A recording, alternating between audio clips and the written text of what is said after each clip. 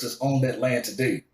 You know, so it's that concept, because again, that's why I also always say, eventually we need to get into those ownership spaces, because you talk about Jenny Buss.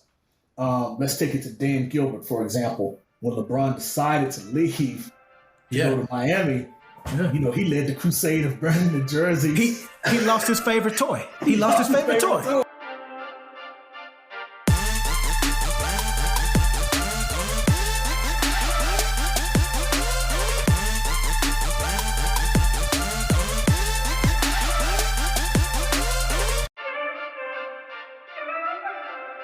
What up, what up, what up? It's your boy Ferg from Three Brothers No Sense. Join my co-host Razi and Buff. And I know I don't even have to ask you fellas what's on your mind. We are all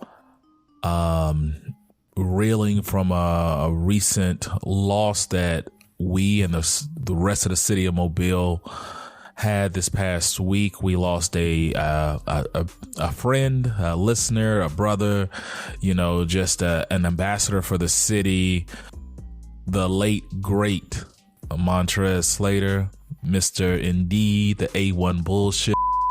I have nothing but good stuff to say about that man, and he will be missed. So, brothers, I'm going to let you guys come in, and then we're going to take a second and have a moment of silence. Yeah, man. I just want to echo that, man. This one hit really, really close for some reason. Because, you know, Slate was one that, like, you know, I talked to him when you see him or whatever, because he spoke to everybody, right? He was just one of those people that spoke to everybody, was nice to everybody. But, you know, we weren't super duper close or anything. But for some reason, it still hits really, like, it hurt.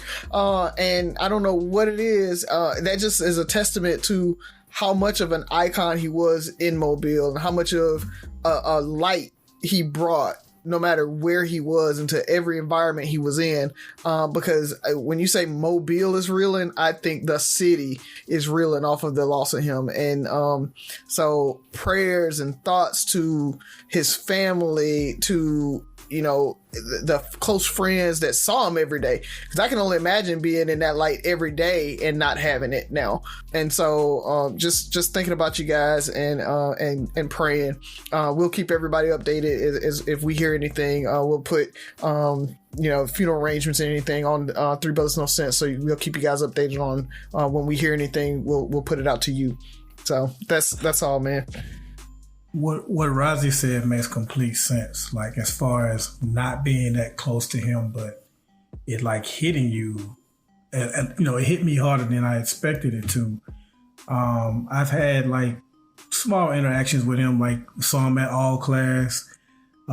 He actually was a guest on the other podcast that I've done, Politically Entertaining.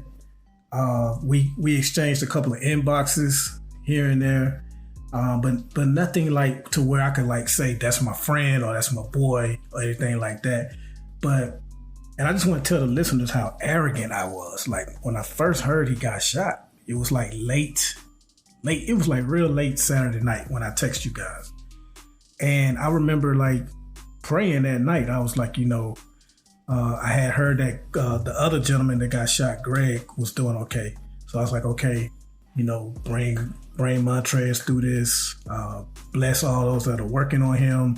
Bring him out. I said my prayers, and you couldn't have told me that he wasn't going to pull through. So, like, when I woke up the next morning and found out that he passed, like, I had a slight thought, like, what do you mean he passed? I prayed last night. There's no way that could happen.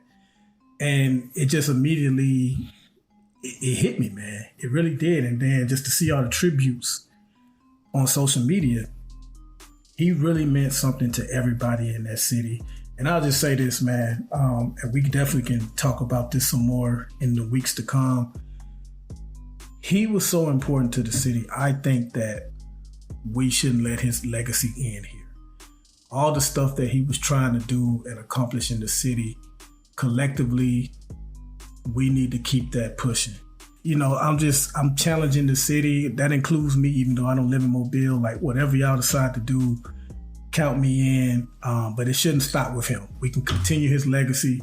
And the best way to honor him is to do the things that he was working on and trying to accomplish in Mobile. Yeah. And we never got a chance to get him on the show. I know that was one thing that Byron, you had worked on at one point, talked to him. We never got him on. And so at one point, we asked the question, who had the best finisher in the WWE? And Montraze actually dropped us a voice message and to tell us what he thought, who he thought had the best finisher. So I'm gonna drop that in right now. So for his opulence, like you think I would have to say Ric Flair on that one. Ric Flair is mentioned a lot in the black culture. Donald Trump. Yeah, at least you got on the show at least one time, bro. So just listen to that. Listen to his response on that. It's 8 seconds. It's real quick, but we gonna get you on the show, man. Yeah, I mean, I'm like you guys. As we moved apart, grew older, didn't get to spend the time with him, but I have some of the fondest memories of this guy, just because of, you know, who he was growing up. I mean, I felt like I was under the protection of Slate. You know, I played football, ran track. Hell, I think Montraze pulled somebody off and kicked my ass one day when I was playing football. But on the serious note, on a track team, like he made me him, Tremaine Dow, Melvin Jones, like these guys. I was one of the younger guys on the track team, and they just always made me feel welcome. You know, to the point where he used to call me Ferguson. Him and Tremaine used to call me Ferguson, and that was the beginning of my whole Ferg moniker. Like I had never gone by Ferg, and so it went from good old Ferguson running a 400, like those memories, into shortened to Ferg. And as you all know, that was the beginning of Ferg. Like he was one of the people that initially called me that. And anybody who knows me know that's who I go by. And, you know, such a great guy. He's definitely going to be missed, but I don't want to go further without saying we don't want to just take a second from Montraze. We also want to keep our prayers going for the Austin family. Greg Austin, I've known that dude since the early 90s, back to Ainwell Baptist Church as being in Sunday school together. So when I heard about him and Montraze, it was like a double whammy, and just hoping they all pulled through. And like Byron said, when we heard that Greg was recovering, you know, I expected the same thing for Slate. And he will be missed. We'll be praying for both of them, praying for the families, and just hoping that, like we said, we can continue his legacy, keep building. And it just made me think about how quickly life can be over. You know, I was explaining to my wife when I heard the story, it sounded like something that I was worried about in the 90s. Right? I'm 42 years old. Slate was class of 97, so 44, 45. You don't think about that's how your life ends when you're out here not living that life. You're doing great work, and it's just so crazy how short and how precious life is. You know, that's something that until, you know, that day, I don't think that I'm just gonna be outside, you know, and something like that can happen to me. Because that's just not the circle I roll in. That's not the things that I do. That's not the type of people I hang around. And just, it's crazy. Yeah. And talking about mental health, right? Like the shooter ended up killing himself, for those that don't know the story, because the folks outside of Mobile may not even know what happened. So, you know, for the folks that listening that's not in Mobile, Montraze Slater was, like we talked about, an icon in Mobile, and he was gunned down by a gentleman that had some mental health issues, and basically wanted to kill himself and felt like he needed to kill other people as well. And so came up, did kind of a semi drive-by, ended up shooting the two gentlemen we talked about, Montraze and Greg, and then ended up killing himself after that. And so, you know, mental health, and when we talk about that, we need to talk about that side of it. You know, I've seen people try to come and defend the shooter and everything like that. I'm not giving him a pass on it. He still killed people, and we'll just leave it at that. But we do have to talk about mental health issues and suicidal thoughts and homicidal thoughts coming from that depression and those types of things. People get help. get help. Don't get to the point where this is the outcome and we have to do the thoughts and prayers and have those conversations. Go out and get help and make sure that this doesn't happen. And if you have friends that, you know, have these kind of thoughts or they're talking, it's not a joke and it's not something that you got to let pass. You need to try to push them to get help as well. I love that, Razi. I don't think there's anything else to be said about that. So we're going to go ahead and we're going to have a moment of silence, and then we come back. We're just going to come back with a joke.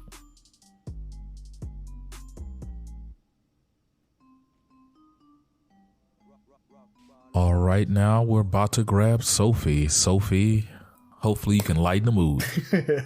Hold on. Let me go grab him. Wow, this house is cute. But can I really get in the game in this economy? I do have savings, and I am responsible-ish. I should bury it. I'm being wild. But what if I'm not being wild, though? Could I actually score a... Kick off your home buying journey with Zillow's new BuyAbility tool. It makes it easy to find out what you can afford, so you can get off the bench and onto the playing field with confidence. Check your BuyAbility, only on Zillow. My dad works in B2B marketing. He came by my school for career day and said he was a big ROAS man. Then he told everyone how much he loved calculating his return on ad spend. My friends still laugh at me to this day. Not everyone gets B2B, but with LinkedIn, you'll be able to reach people who do. Get a $100 credit on your next ad campaign. Go to linkedin.com/results to claim your credit. That's linkedin.com/results. Terms and conditions apply. LinkedIn, the place to be. Hello. Hey, Sophie, did you get the lamp? What lamp? Oh, now you don't know what lamp. The lamp you were grabbing when you unplugged the internet. Oh yeah, I did get the lamp. How are you doing today? I'm doing good. How are you doing today? How was school? School's good. How are you doing today? I'm doing good. I'm doing good. Good. Thank you for asking. No problem. But you do Ask it. Buff too. You gotta ask Ask Buff.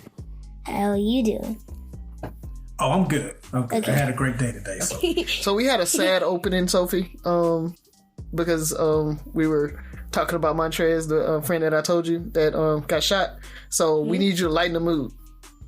Okay. Okay? Hey. All right. Okay, that's what I'm here for. All right. I love it. Okay, guys. What's the capital of Florida?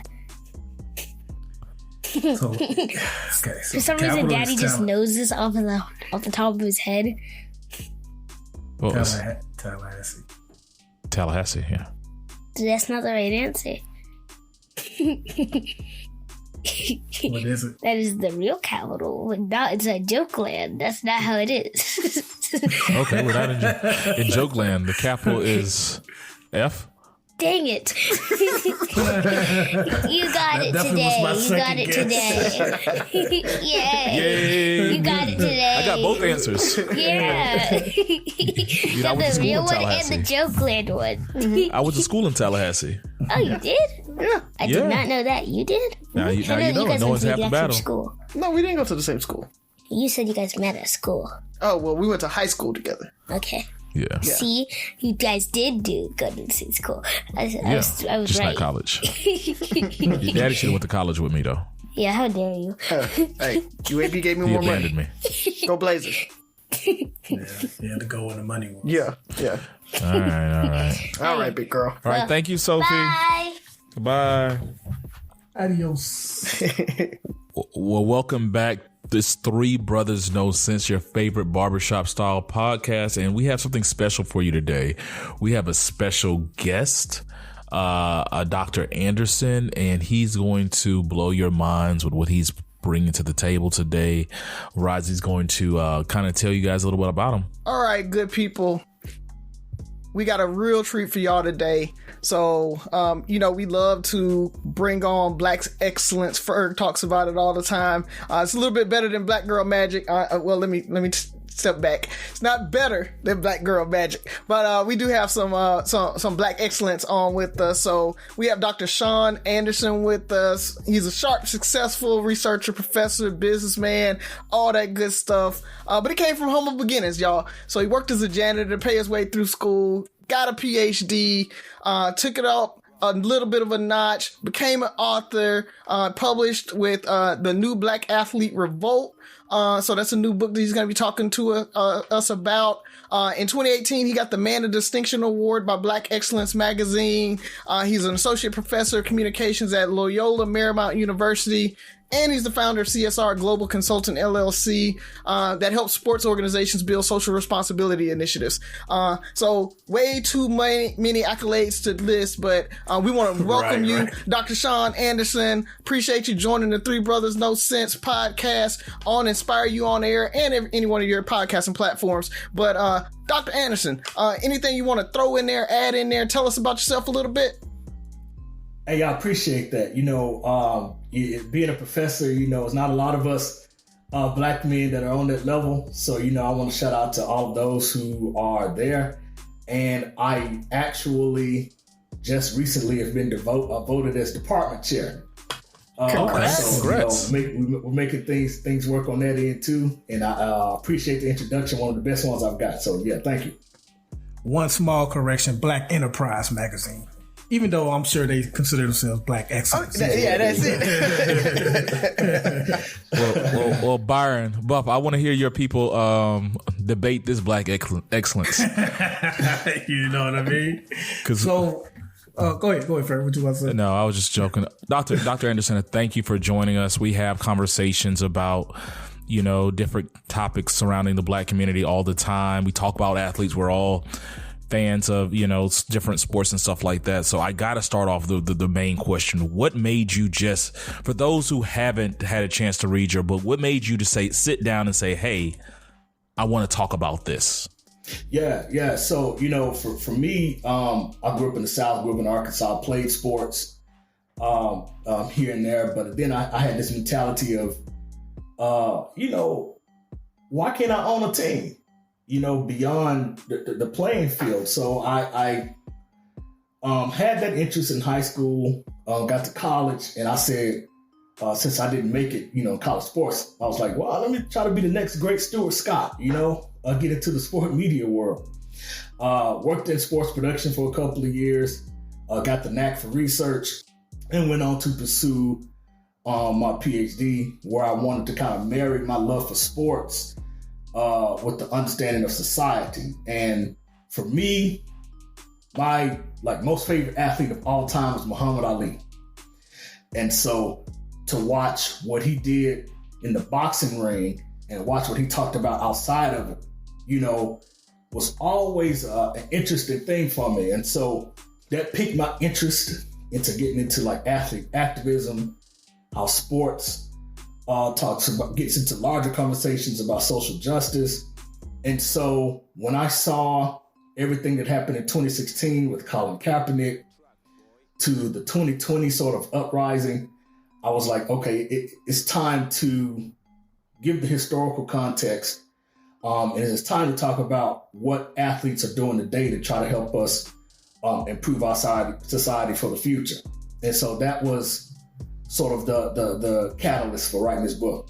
So we're talking to Dr. Shaun Anderson, author of The Black Athlete Revolt, the sports justice movement in the age of Black Lives Matter. So Ferg talked about, your inspiration for writing the book.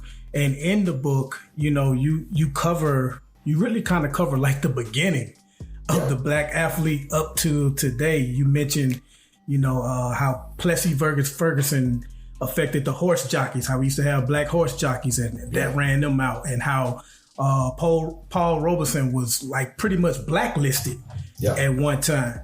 So you have all this evidence where the government has shown that clearly they feel like black athletes have, if not power, they at least have a powerful, influential voice.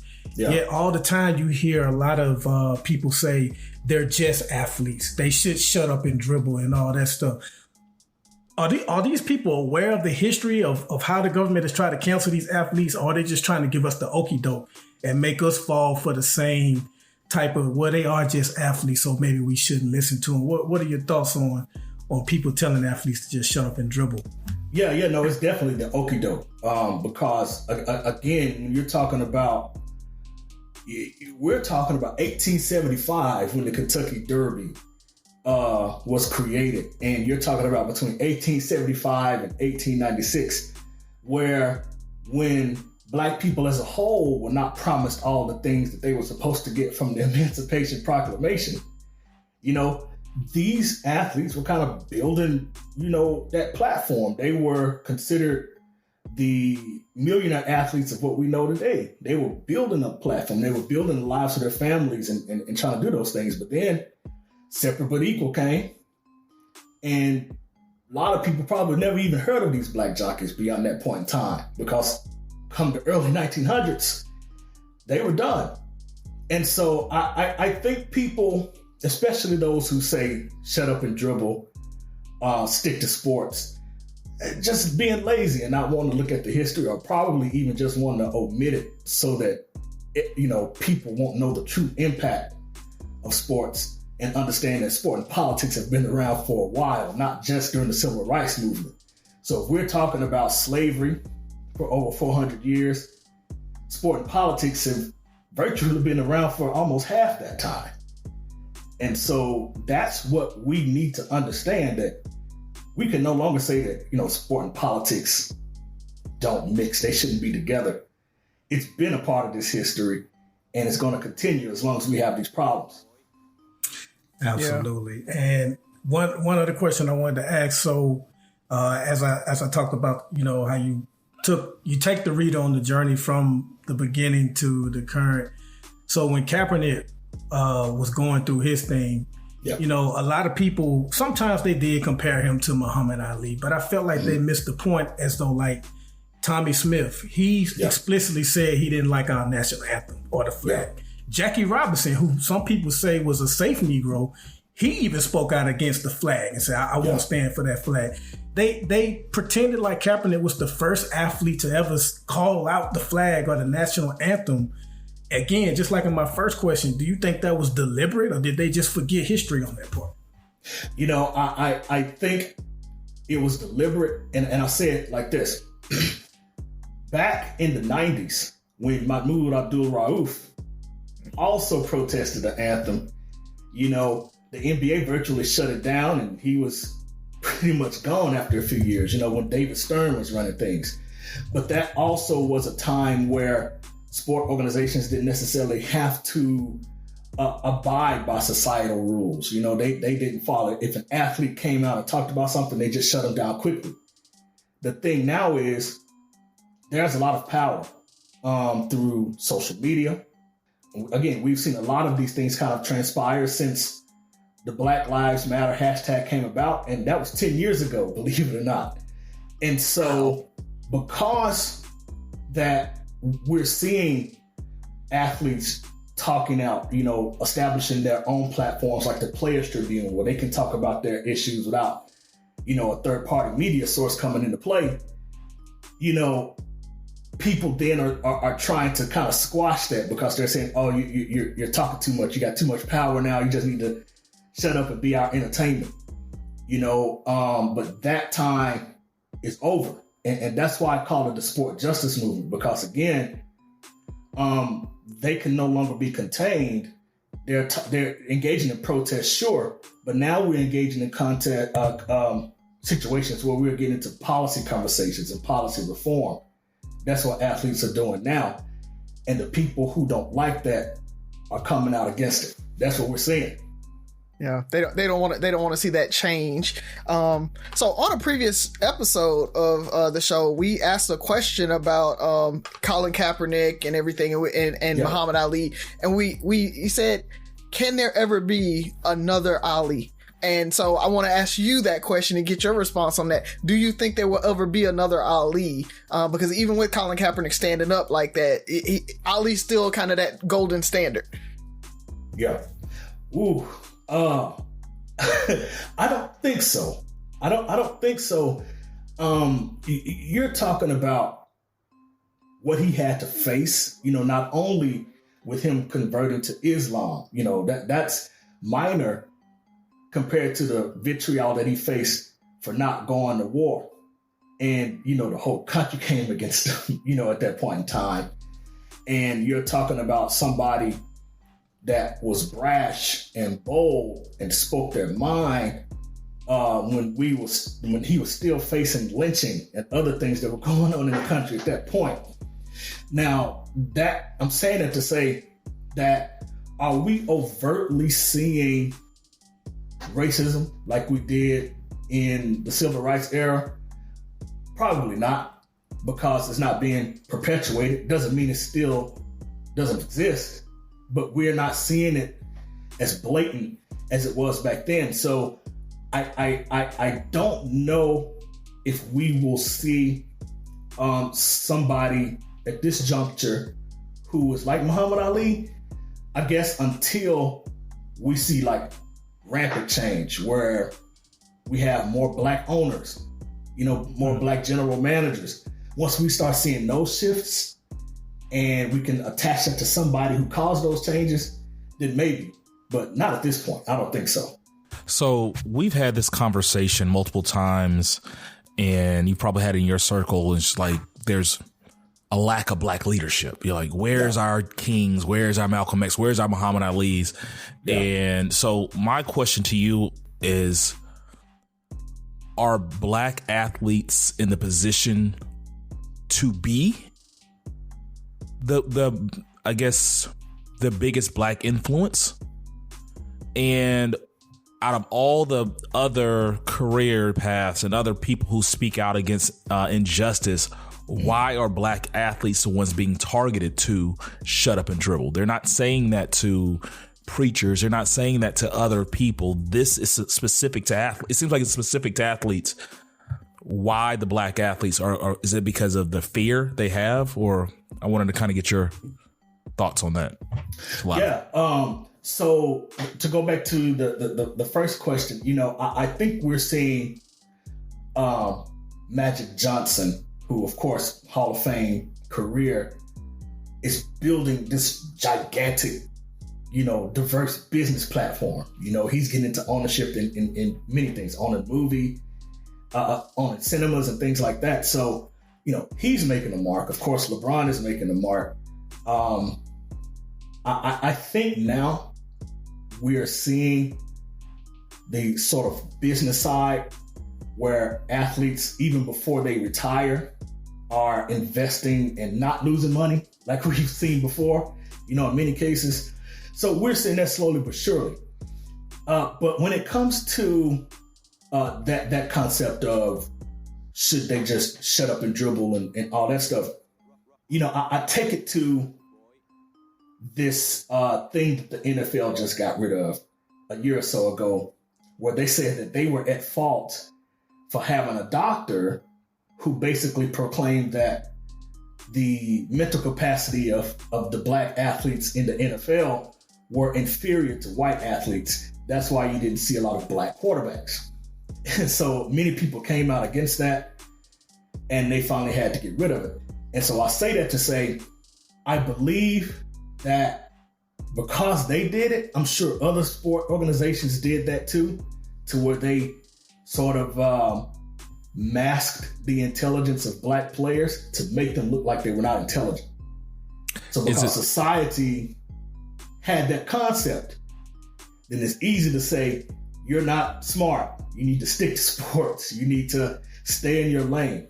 And I think that's why that's associated with them and not with like the actors and other people that we see. That the dumb jock persona is that makes a lot of sense of why they say you stick over there, you do that because you're the dumb jock. Yeah. Because if people realize that the dumb jock has something to say, like, are they fearful of the power? Because you mentioned something really big in the business aspect. Yeah. Because these are some of our highest paid black people in the community, there's money, and we all know where there's money, there's power. Right. So it's me as just with our podcast, we can scream to the rooftops with the injustice, but we don't have the financial backing to do this. But if somebody like LeBron says, I'm going to back this podcast, I'm gonna push this podcast.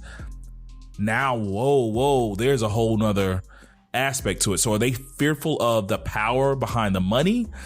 Is it because not just the money. It's because they're the face of a franchise. It's not me being a black pastor. No, I'm not a black pastor. But if I'm a black pastor and I'm speaking to a black congregation, it doesn't affect the community as much.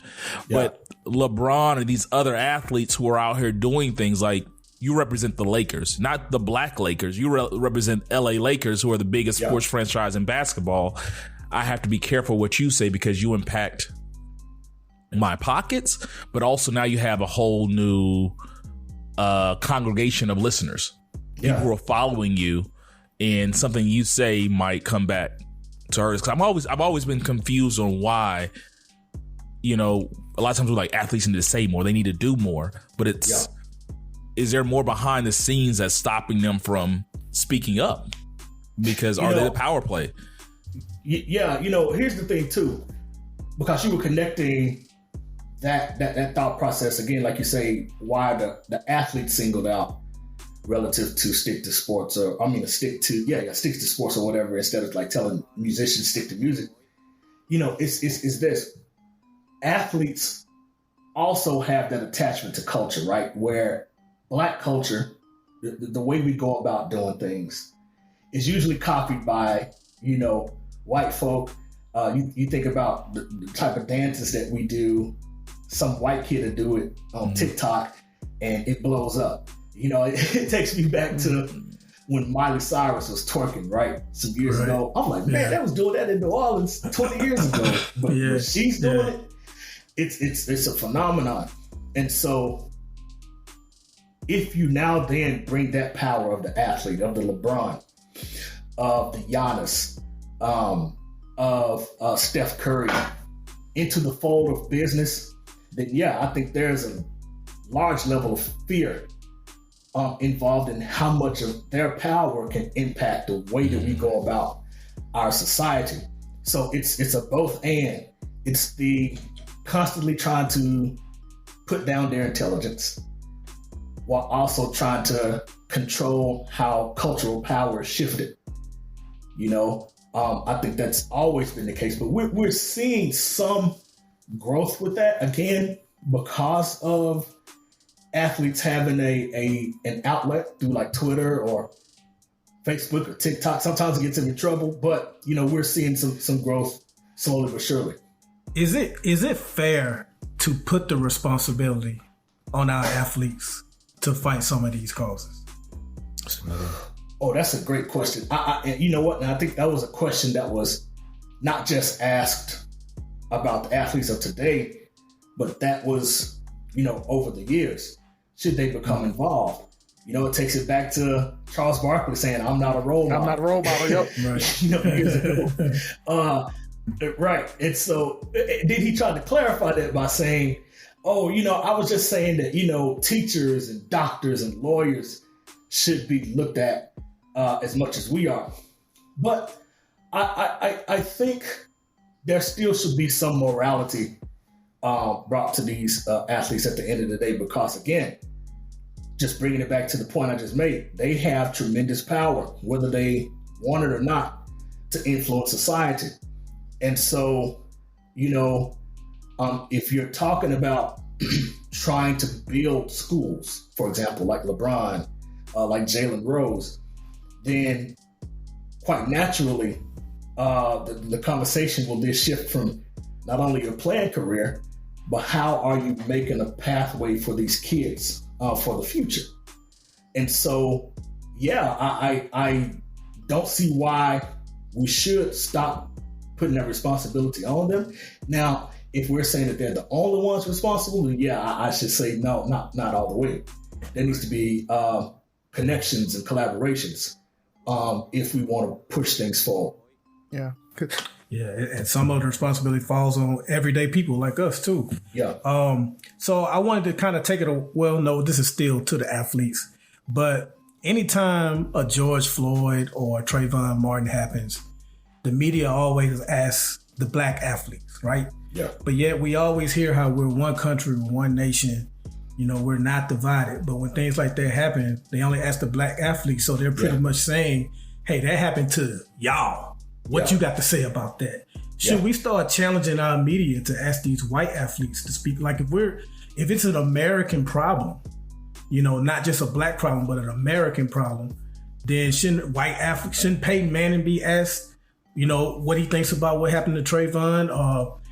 Shouldn't Aaron Rodgers, a lot of these other high profile, why do we always only go to the black athletes and put that question on them? Do we need to start challenging our media in that way? Absolutely. And here's why. I blame it on the way that the media portrays the athletes. Okay. So check this out.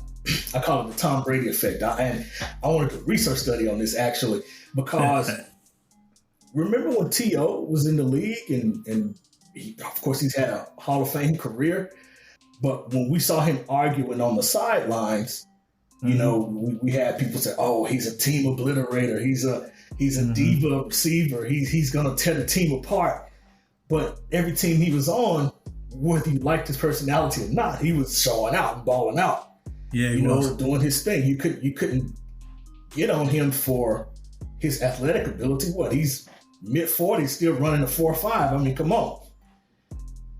But when Tom Brady is fussing, cursing, yelling on the sideline, fire in his belly. He's competitive. Passionate. Challenging the team, making the team better.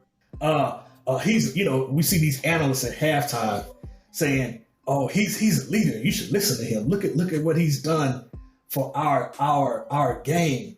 You should, if he's firing at you, then you should bow down and listen to what he has to say." And this is also watching Tom Brady yelling and cursing out at referees, And so that has been the perpetuation that we've seen over time, that when white leaders are called out or they are shown to do stuff, it's always something that's just going to push the conversation to, this is just part of the game. You should listen, yada, yada, yada. But then the black players, it's their problem. And they then connect that to things that are happening outside of sports and say that, you're a problem on the field. You have problems off the field. Then you deal with it, instead of bringing in these white players to talk about it as well. That's what I think the problem is. Halliday presents, in the red corner, the undisputed, undefeated Weed Whacker Guy. Champion of hurling grass and pollen everywhere. And in the blue corner, the challenger, extra strength Halliday. Eye drops that work all day to prevent the release of histamines that cause itchy allergy eyes. And the winner by knockout is Halliday. Halliday, bring it on. More rewards, more savings. With American Express Business Gold, earn up to $395 back in annual statement credits on eligible purchases at select shipping, food delivery, and retail subscription merchants, including the $155 Walmart Plus monthly membership credit and $240 flexible business credit. Enjoy the benefits of membership with the Amex Business Gold Card. Terms apply. Learn more at americanexpress.com/business-gold. Amex Business Gold Card. Built for business by American Express. Yeah. So it's so funny because we just talked about that with the whole Caitlyn and Angel Reese conversation, Angel where Reese, that exact same thing happened, right? With the "you can't see me" and all of that. So kind of shifting to those gears to kind of women's basketball and what's happening there. And recently Angel Reese came out and she was like, "I have no interest in going into the league right now because I make more money with my NIL deals than I do in the league." And so I wanted to ask you a little bit about that dynamic, or, if you're comfortable talking about NIL deals and what's happening with that. And does that change a little bit of that dynamic of younger kids who actually we see, Gen X wants to change the world, or what are they? Gen Z wants to change the world. Gen X messed up the world. So that's I stand on that one. Gen Z messed up the world, or Gen X messed up the world. But Gen Z wants to change the world, and so now that they have those NIL deals and they're able to get these platforms much earlier, do you see that changing where people won't go to the league faster and they'll go to college because they have the money now and those types of things? Do you see that shift? Oh yeah, absolutely. I think that's we would definitely see that shift, particularly when it comes to non-revenue generating sports. So if you're talking about if the men's college basketball still has the one and done, which I know they're contemplating on trying to get rid of that again, then we'll probably see them go ahead, at least the ones that are projected in the top 10. And then secondly, football, when you're eligible in your junior year or redshirt sophomore year, they'll probably go ahead and go if they are in the first couple of rounds. But definitely we'll see athletes stick around more because of the NIL. But here's the challenge. The NCAA, they are catching flack because of the NIL deal. They're losing that power and credibility. Now, the NCAA, for years, when it was the president who was in that position, it was always a former college president that took that role.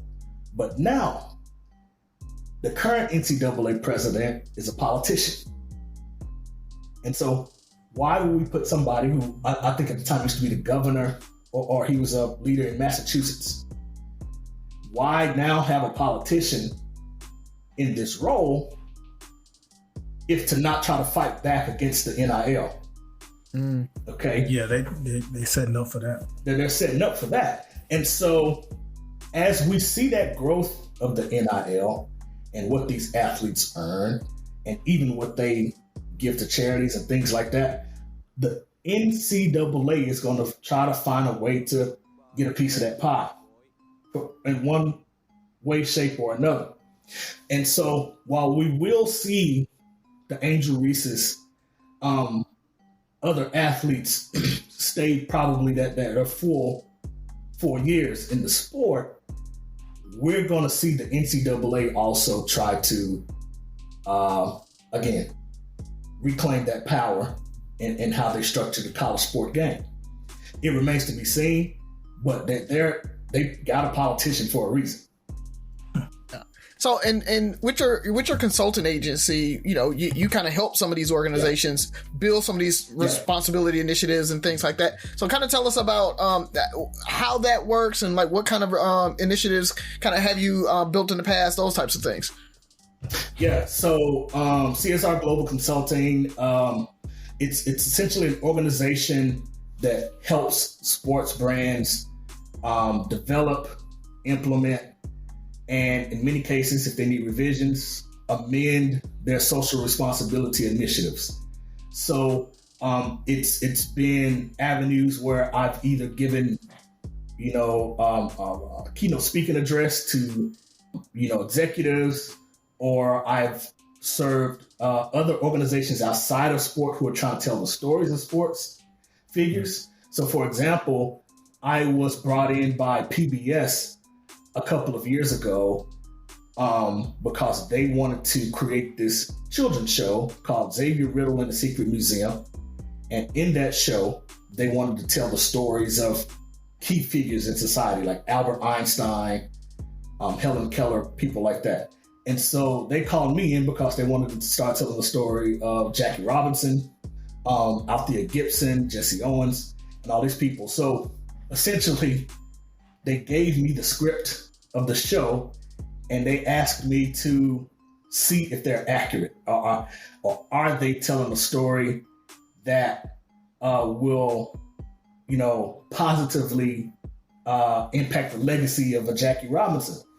And it was in so many of those cases where I had to go back and forth with them like several times to tell them, no, this ain't gonna work. This ain't how the story is gonna be told. This is not how people acted back during the civil rights era, pre-civil rights era. You got to change this, amend this. So those are some of the things that I've done. With sport teams, this is interesting. One organization that I was supposed to work with was basically trying to build all of these initiatives for community development and low-income communities, all this stuff. But instead of me actually sitting and reading through what they were trying to do, they just wanted me to say, oh, I see this, I'm gonna check this off. Y'all can go ahead and do it without any type of evaluation. And so, of course, for me, I was like, That's all right. I don't want any part of this if I can't actually take this apart and try to build something with it. And so those are a lot of the things that I do and the things that I see and the challenges that I have in doing this consulting work. It's funny that you say that because it made me think of, it sounded like they wanted you to stamp your name by it to get approval. Yes. Like they wanted to, it's almost like I have a black friend moniker. So there's an episode of Atlanta that was similar to that where I forgot. Oh my God. Was it the Coon wear apparel? Yes. Yes. And they brought in this black delegation, this black committee to kind of say, well, you know, they've never been racist and all this stuff, and we're going to give money to charity and all this, trying to make up for their atrocities and stuff like that. Yeah. But I always question, because even in today, we see so many companies, and even away from sports, just make these like slip ups. Things that are just so cringeworthy. It's like, how are you going to put monkeys on a shirt for Black History Month? Like, what makes you think that's a good idea? You know, why are we going to have Black History Month celebration? We're going to have chicken and watermelon. Like, what? How far are we from making like real progress? Because it just seems like these are things that they shouldn't even have to hire to say, okay, let's not mention watermelon fried chicken. You're like, let's check this off. Those are 10 things we're throwing out. Now let's bring in Dr. Anderson for these things that might be real. You know, are companies really trying to make strides, or is it just, I don't know, is it just a flash in the pants? Is it because it's popular now to try to be socially correct? Yeah, no. I think that's a both and. I think it's trendy. But you do have a few organizations that are trying to make a difference. The ones that I've dealt with, where I said no, I'm not going to work with you, are again those who I say are very reactionary. I call it like a toddler who's sitting there eating spaghetti with their hands and they're just throwing it everywhere, and it's some of it is sticking and some of it is not. And that's what these sport organizations are doing. They're just throwing out all these things and saying, you know, we've done this. We exposed 20 black kids to MLB stadium, or we've exposed 20 black kids to the beach where they've never been there before, and we have made success in our society. Well, none of that stuff speaks to, for example, some sport organizations who are saying that they are building educational pathways for black kids. Well, taking them to the beach, you know, okay, cool, that's a fun day. But what does that do for the scholarships that you say that you're going to give them? Well, you know, what's going to happen? But here's the thing, and this is how sport organizations are getting around these issues. Let's take Major League Baseball, because my dissertation was actually on them. So Major League Baseball says that you can't get drafted by a team if you're under the age of 18. Okay? And let's say that you have $1 million that you want to invest in this one kid to help them get to the pros. Well, there's this thing called the boatload mentality that says, okay, I can't focus on this kid that's a U.S. kid, but I can go to the Dominican, take that same $1 million, split it 5 ways, and I could start building up these kids from the age of 12 so that by the age of 18, they're skilled enough to get drafted into the game. And so with the goal of, if at least 2 or 3 of them make it, we've invested our money well. But the other kids are just going to go back home to poverty. And so that's one reason why we see the lack of black players in the game in Major League Baseball. And we've seen the increase of Dominican players. So there's maybe 6%, 7% black players in baseball, whereas there's 20 to 30% of Dominican players. And then we saw in the last World Series, no black players were on the roster. The only black person that was involved was Dusty Baker, the head coach. Wow. Mm-hmm. So this is the thing. Major League Baseball has this corporate social responsibility concept that says this is the game of Jackie Robinson, and we are wanting to make this game equitable. But again, to this day, and they've had programs to try to fix this since 1989, still, there are these problems. And so, especially for the major organizations, we're still seeing problems. I will give the NBA a little bit more credit because Adam Silver is a players commissioner, and he's at least willing to sit down to see what can we do to change things. It hasn't scratched the surface of what we need to happen. But again, these are the issues that are present. Sport organizations say they're trying to do stuff, but for the most part, it's just lip service. So that's the challenge that I'm trying to push forward with accountability on that angle. Yeah. And it's crazy because I always think about what gets black people upset enough. Yeah. And poor black athletes is not one of them. Yeah. It's because these issues affect a small few, right? Are we going to boycott the Lakers, or we're going to boycott MLB because they're recruiting and not spending enough money in the black neighborhood? It's like, okay, now we just want to have a couple more multi-million-dollar black players. Like, yeah. It's a problem that affects a few in the way we see it. But at the same time, if, the athletes potentially were more involved or more visibly involved in black issues where we're seeing them as the leaders and the potential they have to give back to the community, what we support them more. It's a tangled web. We don't care enough. It's not bad enough. And we're just going to keep on trucking because they make a lot of money. Their problems aren't our problems. Right. So I think I want to get you to correct me on something, because I think I'm in the minority on the panel. I've been hearing the word power thrown around a lot with these athletes. Okay. I actually don't think athletes have power. They have powerful voices. Yes. So if they choose to use their voice to influence a large group of people to go out there and demonstrate, then maybe you can call that power. But to me, LeBron doesn't have power. Jenny Buss has power. Patrick Mahomes doesn't have power. The owner of the Chiefs has power. Yeah. Those athletes have leverage.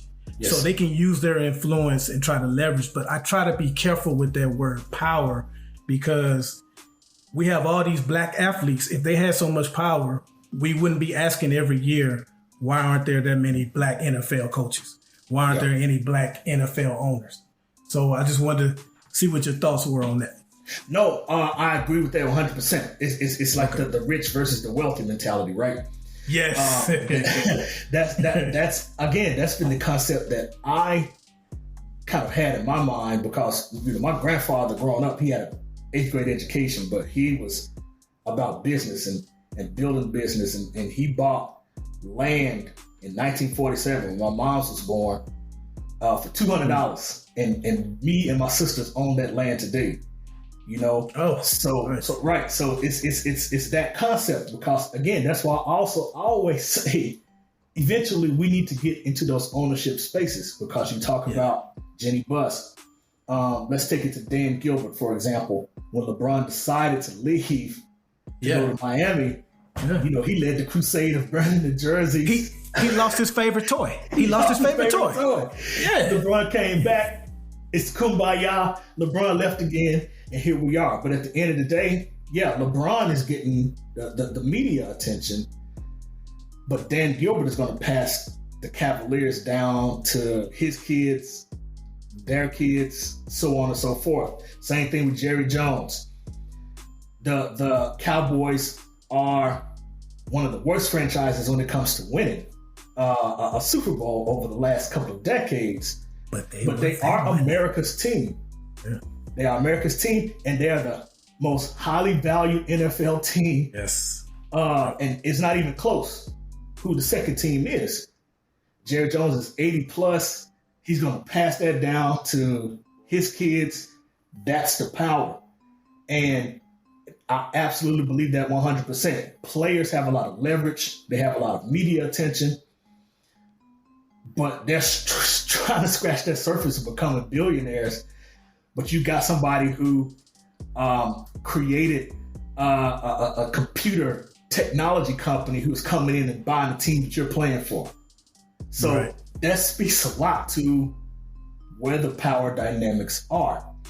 When we can get to that systemic oppression that we're seeing at the ownership level, at the president of the team level, I think that's when we are able to make a lot of strides. Because again, like you say, the Rooney Rule is a strong suggestion. But it's not mandatory. You know, we'll talk about it for, we didn't hire enough black coaches. We'll talk about it for a month, and then that conversation is over until it happens again the following year. But no, and it's good press. I agree with that 100%. And it's great press. Great press. It's a great talking point. It's something Sports Center to go over, and nothing changed. I mean, Byron, thank you for pointing that out, because I think, like you said, the difference in wealthy and rich, right? Yeah. Now, I think the challenge with athletes is you probably have the largest concentration of black leverage, if that's what we're looking for. You know, like where you just have turn to your left, turn to your right. These are millionaires. Yeah. You know, look across the court, millionaires. And that doesn't happen a lot. And so my question goes back to my original question. What is the fear? Like, are they fearful that, you know, this is the beginning? If they can oppress this, then this furthers our chance of getting power. Yeah. You know, because you have enough black NBA players to, once they retire, to go buy an NBA team. Yeah. You know, I do think that's LeBron's plan too. Yeah, I mean, I think so. Same with the NFL. Like, there's things that could happen. How do you do that? You know, start their own franchise. I don't know what it is, but is this crazy, man? I mean, you keep doing your work. First of all, let's give you your flowers while you're here. I don't think we harped on you enough about what you're doing, how you're shining a light on something that should be discussed more. You know. And there's so much more to black athletes and black athletics than we know. You know, we get excited about like you said, the impact that they have. You know, everybody, Ja Morant got black and white kids across the country doing the gritty, you know? Yeah. Now, if Ja Morant or somebody like that had the same influence on something that was truly impactful in our lives, where would that go? Like, how, you know, keep him the dumb athlete, you know, keep him the dumb jock, keep him dancing. Kudos to you, brother, and what you're doing. I gotta hit back on, where the hell were you working as a janitor that you paid your way through school, bro? You made me think of one of these 80s films where, you know, they got a summer job as a lifeguard and they paid their way. Man, I had a job. I was in the Army. I was doing all kind of stuff, and that paid my rent. Yeah. Well, see, you know, here's the thing with that, though. Like I say, I'm the first person in my family to earn a doctorate. My mom's, she was a janitor her whole life. You know, my grandfather worked. You know, it was back in the day. You know, but he worked as a factory worker, making $5,000 a year, taking care of 11 kids from the 30s and 40s. You know, all the way up. When I was born, he'd already retired, but he went back to work as a janitor. So it was him and my mom's working in the same district. And so, again, they instilled in me that, you know, I needed to pursue something. My mom's told me that when I was born, he said, you know, I was going to be great. And I take that to heart, and I appreciate it because, again, once, you know, I made it to college, you know, small city in Arkansas we had smart black kids, but the black kids were not given the scholarship offers like the white kids were. And so it was trying to survive, you know, knowing that I wanted to make it out of the hood. And, you know, my mom's knew the people that worked at the school district. And so I said, hey, I'll just go to school full time from 8 o'clock in the morning to 3:30 in the afternoon, and then I just go to work from 4 to midnight. And I did that for my first 2.5 years of college. And so until I started doing internships and got into the media world. And so it kind of built from that. And so, you know, it was just that strategy of, again, humble beginnings. Nobody taught us anything about business or leveraging your education to do consulting, none of that stuff. So it's been that journey. And there were multiple times where I got homeless, car repossessions, all that stuff along the way, to get to this point. And so for me now, it's like, I understand what I want to do. I've been doing this for over a decade, and I'm just continuing to build it out. You know what I'm saying? I want to inspire, the next generation that, this black man magic thing is real. And speaking of that, it was a decade ago when we weren't even talking about this.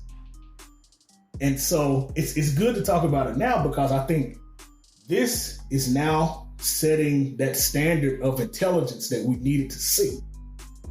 And so it's showing that, we can build from scratch and get to this point. You know what I'm saying? And that's what I want to do. Dr. Shaun M. Anderson, the book is The Black Athlete Revolt.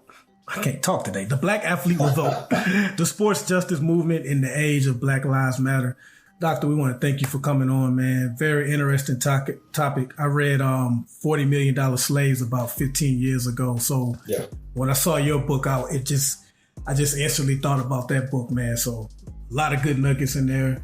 Yeah. Go ahead, Ferg. Yeah, I was actually about to mention that. I was looking at that. I actually was listening to it the other day. And when I heard about your book, that's the first thing I thought about. Yeah. I was going to bring it up earlier, but I didn't want to bring it up. Like, I want to, if he ain't reading this book, I'm going to sound like an idiot. Yeah, man, like you were saying, Byron, definitely thank you for being on. I didn't mean to cut you off, my brother. Continue. Oh, no, I was pretty much done. I just wanted to thank you for coming on, man. It was great discussing all these different topics, man. And for the listeners, go out there. His book is available on Kindle. I said Kindle. On Amazon. Nobody has Kindle. It's on Amazon. Matter of fact, while we have you here, tell the listeners everywhere they can get your book and where they can find you as far as social media and everything like that. Yeah. So the book, The Black Athlete Revolt, the Sport Justice Movement in the Age of Black Lives Matter. Like I said, it's on Amazon, Barnes & Noble, IndieBound. Wherever books are sold, it's even in Walmart. There you go. You can check it out there. Go get it online. My website is www.shaun, SHAUN, Mark, MARQ, Anderson, ANDERSON.com. You can find me Twitter, Instagram, Shaun Mark Speaks, LinkedIn, Shaun Mark Anderson, Facebook. I got a different name. It's called Sports Doc, and the letter A after that. So that's where you can find me. Gotcha, man. Well, thanks again for coming on, man. And stay in touch, man. We definitely want to hear more about your journey, because you obviously like doing big things. So keep in touch, man. And let us know what you have going on. And congrats again. Thank you so much. All right, appreciate thank you, man. All right. You know what's smart? Enjoying a fresh gourmet meal at home that you didn't have to cook. Meet Factor, your loophole in the laws of mealtime. Chef-crafted meals delivered with a tap, ready in just 2 minutes. You know what's even smarter? Treating yourself without cheating your goals. Factor is dietitian approved, chef prepared, and you plated. Pretty smart, huh? Refresh your routine and eat smart with Factor. Learn more at factormeals.com. This episode is brought to you by State Farm. From your morning podcast to your afternoon playlist, State Farm knows you personalize your entire day, and that's why State Farm helps you personalize your insurance with the State Farm Personal Price Plan. It offers coverage options that help protect what you care about most at an affordable price just for you. Like a good neighbor, State Farm is there. Prices vary by state. Options selected by customer. Availability and eligibility may vary. All right, fellas, that was a great interview. Thank you again, Dr. Anderson. Everybody go check out the book. I will be picking it up and adding it to my reading list. But let's go ahead and close on out. So who wants to go first? Well, that's a lot going on politically. First, we'll start with the state of Tennessee. As you all know, they expelled 2 members in the state legislature of Tennessee. I believe it was Justin Pearson and Justin Jones, I believe. And I forget her name. The white lady was up, but she she withstood the expulsion. So only the two brothers. She was part of the Tennessee Three, right? Yes, but the two brothers were expelled, and I think they are both back in their districts. But what do you mean expelled? Like literally kicked out of state Congress. Like literally, like out the building. That too, yeah. So you mean they out their position and the building? They got fired. Yeah, something like that. Yeah. They got Martin, or they got Uncle Phil. What he would do to Jazz. Yeah, and they got thrown out, man. And basically, the Republicans were saying they did it because of their protest of gun laws after that shooting that we talked about last week's show that happened in was it in Nashville? Mm-hmm. The shooting happened? Yeah, the shooting happened in Nashville. And so they, they protested, and the Republicans said that they were very disruptive. That's what protests are, but okay. But it's kind of backfiring on them too, because a lot of the national politicians, even some of the national Republicans, are like, what the hell y'all doing? So that's that. Also, so was it anything like? Never mind. Let's go. No, you know what though? That was. Some people did try to equate that. Yeah, they said that was an insurrection. It was like, no. So that was kind of nice try.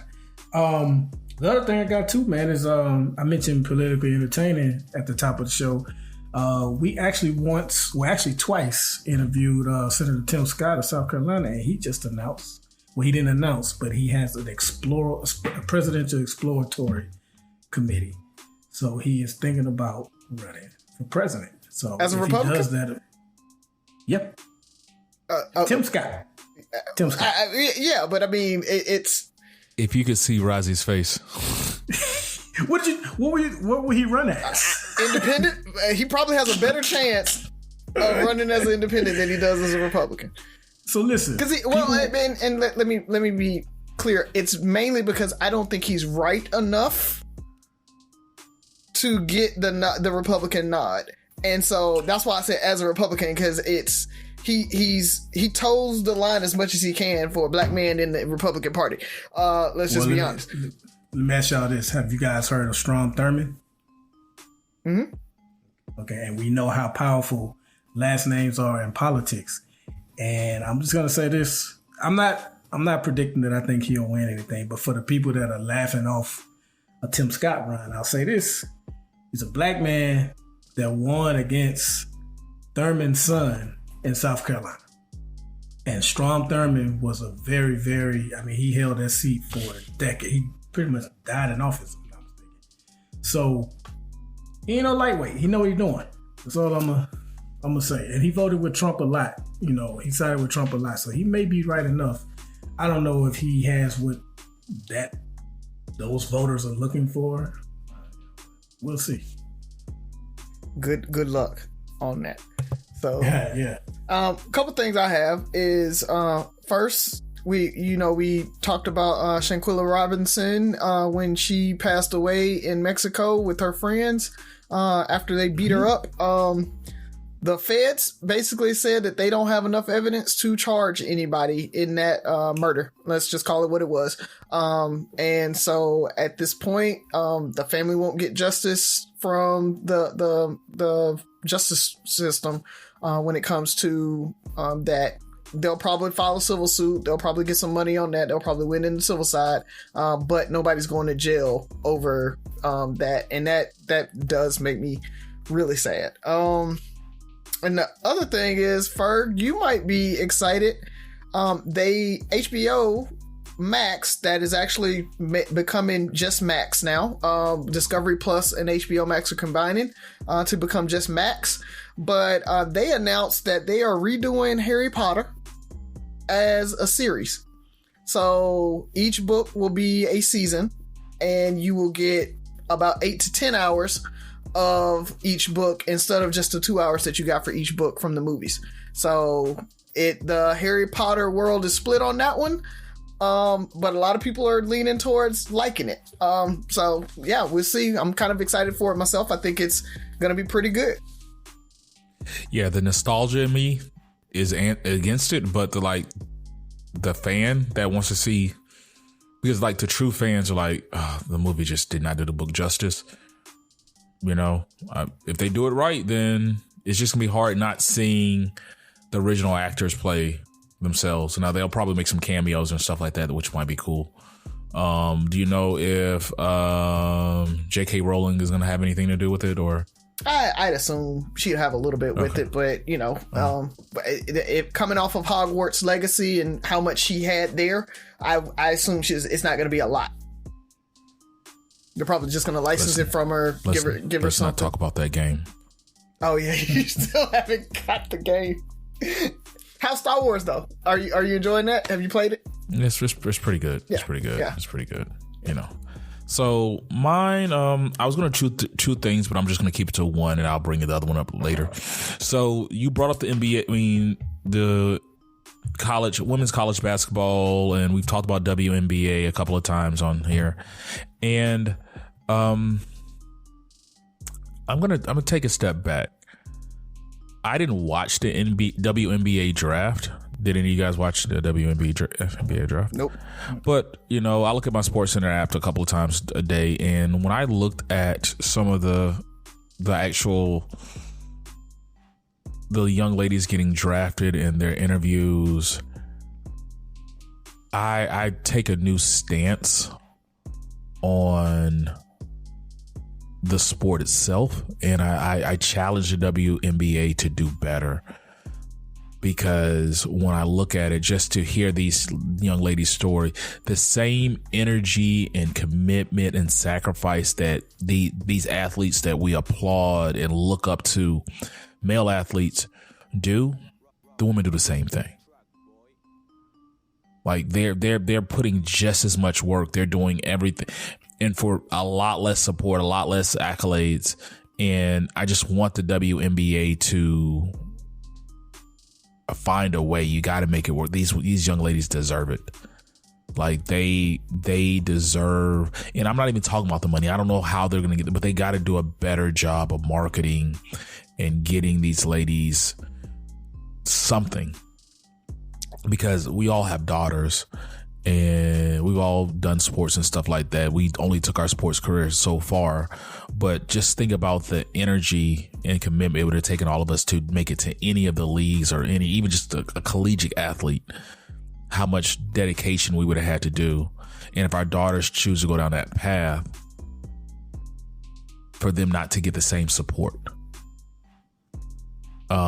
it's tough. You know, it's a semi slap in the face for women. It's like putting that same work, but you're not going to get the same support. And go back and just look at even Boston, the number 1 draft pick, her interview and the excitement her family and everybody had around that. It was just really heartwarming. And just seeing all the ladies, they did, a couple of interviews with the top, I think, probably 5 to 10 draft picks. And it was just like, man, these young ladies did what they were supposed to do to make it to the pinnacle of their profession. And it's kind of like, yeah, I mean, that's it. It was, yeah. And it made me think, like you were talking about with Reese, why come out? Why halt or delay going to what was supposed to be the dream because it's not there? You put all this work and you gotta halt because college football, college basketball, women's college basketball is almost, that's as good as it gets. I'm supporting these ladies. I hope I challenge the WNBA to do better. I don't know. I'm gonna try to watch some games this year. But more support. Oh, one thing I did want to say, we'll probably review it next week, but if you have not seen Super Mario Brothers, go see that movie. It's dope. Yeah, it is so good. So breaking records. Breaking records. It is good. We watched it twice this weekend.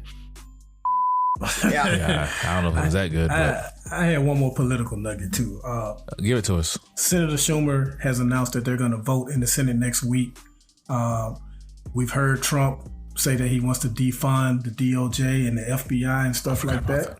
So, we know Republicans were attacking the left for saying defund the police. So Schumer's like, okay, we're going to have a vote on the Senate floor on whether or not to defund the DOJ and the FBI. And he wants to get Republicans on record on which way they are on that issue. That's so crazy. Political pettiness. Yeah. And when they say defund, they mean dismantle? Oh, yeah. Pretty much. It ain't the defund we were talking about. It's and the fact that that's even like, aren't you the same person when they were talking about defund the police that made that seem like it was a war crime? Right. Mm-hmm. And you're saying the whole Justice Department. Right. Leave their president alone. So. Exactly. Sorry about that. Yeah. Once again, Three Brothers No Sense, your favorite barbershop style podcast. Remember 6 rules of podcast. Listen, like, share, subscribe, comment, most importantly, listen again. Talk to you next week.